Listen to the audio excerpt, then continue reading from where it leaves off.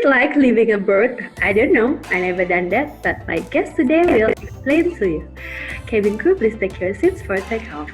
My guest today is Christy Marmata. She's one of the hit Zumba instructor in town. Lebih tepatnya hardcore Zumba kali ya. Hai Mbak Christy. Hai Mbak Hana. Sebelum mulai, aku mau review flashback riwayat living abroad-mu ya. 1987 sampai 1994 di Gießen, Jerman 7 years. Terus 2009 sampai 2010 di Stuttgart, Jerman more or less 2 years. 2015 sampai 2016 Washington DC more or less 2 years. 2019 sampai 2020 Singapura 1 tahunan ya. Ya ampun, itu ternyata udah dari kecil ya? Ya. Karena orang tua, karena ikut orang tua ya pasti ya? Iya dong, sister. Masa aku umur 2 tahun sendiri, sister naik pesawat. Ya, kirain anak bule. Waktu itu mama papaku lagi sekolah, jadi aku ikut.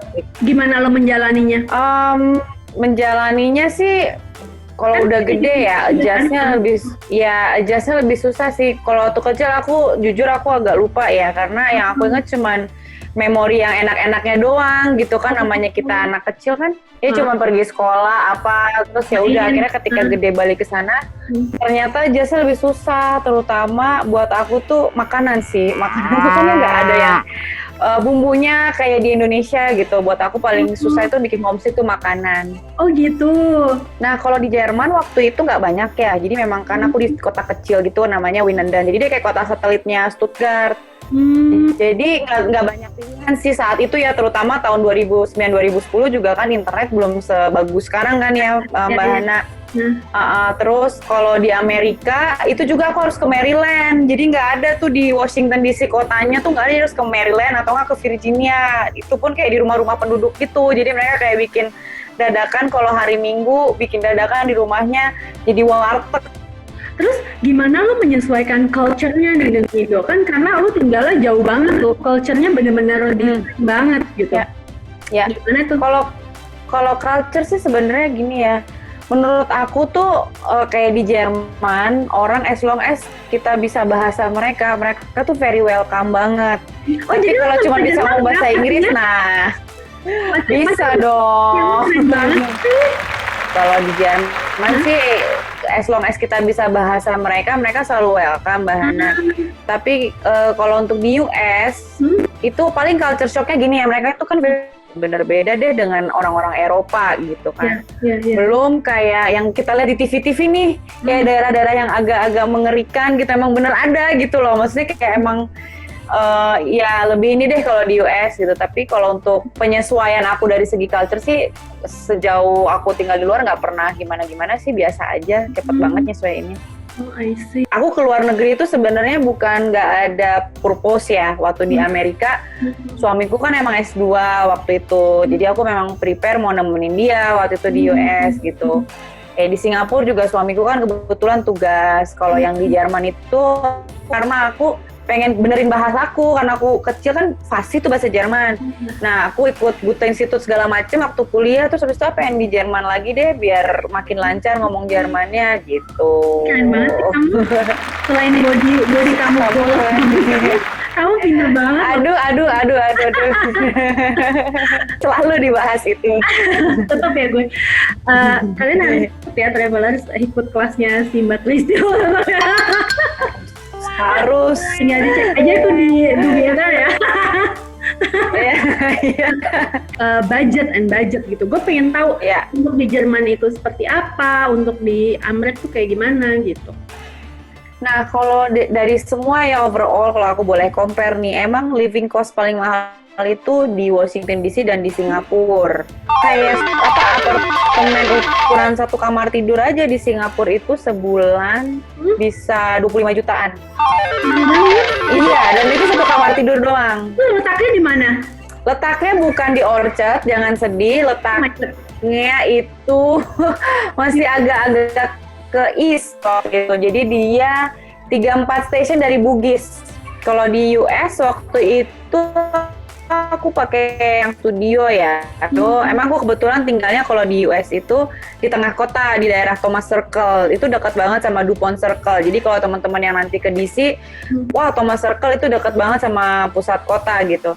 Itu waktu itu aku ukuran studio itu ya sebulannya tahun 2015 sekitar 20 jutaan juga sih. Nah waktu itu aku di Jerman kebetulan nggak sewa sendiri. Jadi aku karena disekolahin ceritanya kayak kalau teman-teman pernah dengar tuh ada sebenarnya di Jerman tuh ada program au pair, teman-teman pernah dengar. Jadi kita homestay di sana, tinggal sama keluarga guest family.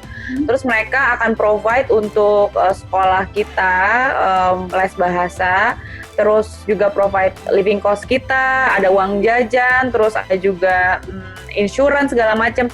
Tapi as return aku tuh weekend jadi jaga anak dia gitu, jadi kayak neninya dia weekend gitu. Karena kebetulan guest mom aku itu dia makeup artist untuk model di Paris, jadi dia setiap weekend tuh nyetir ke Paris tuh untuk fashion week kayak gitu. Jadi anaknya aku yang jagain gitu. I see. Contoh, misalkan aku nih sebelum ke Singapura selalu depend ada neni buat bantu aku ngurus anak ya. Meskipun anak nggak pernah aku tinggal sama neni, nggak pernah ya Mbak Hana lihat sendiri ya ke studio aku bawa anakku sama neniku semua rame-rame satu rombongan sirkus ya kan. Tapi paling nggak setelah tinggal di Singapura karena aku semua running kelas juga aku kan bikin kelas sendiri di Singapura untuk Zumbanya aku start dari nol. Itu anak semua aku bawa sendiri naik Grab atau nggak naik bus. Jadi lebih mandiri sih masak jujur aku nggak pernah belajar masak. Tapi begitu tinggal di luar kita kepaksa kan jadi harus belajar mau nggak mau apalagi kalau lagi pengen comfort food gitu kan makanan Indonesia. Jadi mau nggak mau jadi belajar masak gitu. We need to see a different view ya. Kalau kita tinggal di luar as a tourist itu beda dengan kalau kita tinggal emang mau nggak mau harus tinggal di situ either for study or for work.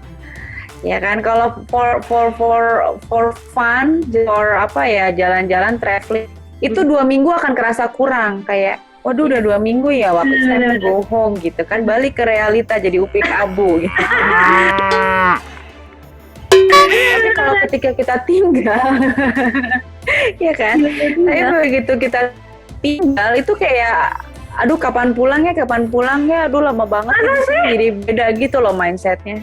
Iya nggak akan betah karena aku nggak tahu ya aku nggak betah. Gue tuh ngeliat kalau ada orang yang living abroad tuh kayak seems to many benefits gitu kayak improves your communication skill dan networking, travel opportunities of course, global mindset gitu.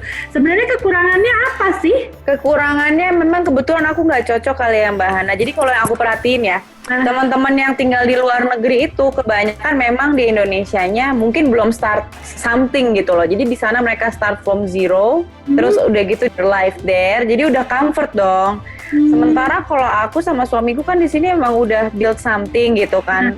Karir dia, karirku. Jadi ketika kita pindah keluar tuh everything starts from zero again kan. Yes.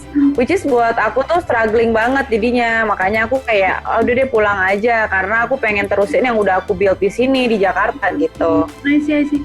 Ya itu lagi sih kalau misalnya sesusah-susahnya kita di negeri sendiri tapi masih lebih mending ya daripada di negara orang.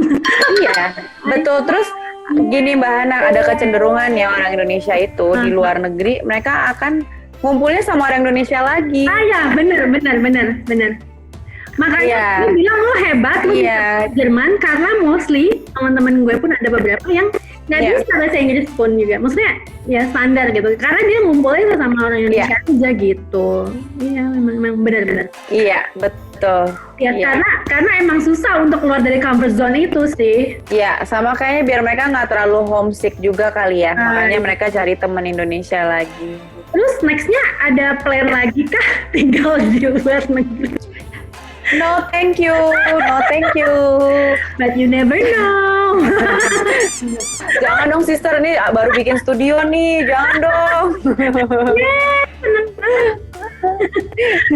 Iya. Makasih banyak ya buat chit-chatnya. Iya, sama-sama Mbak Hana. It's already 20 minutes. So travelers, thank you for joining us on this trip. Don't forget to listen my podcast and subscribe my YouTube channel 20 Minutes Travel with Hannah. Bye-bye.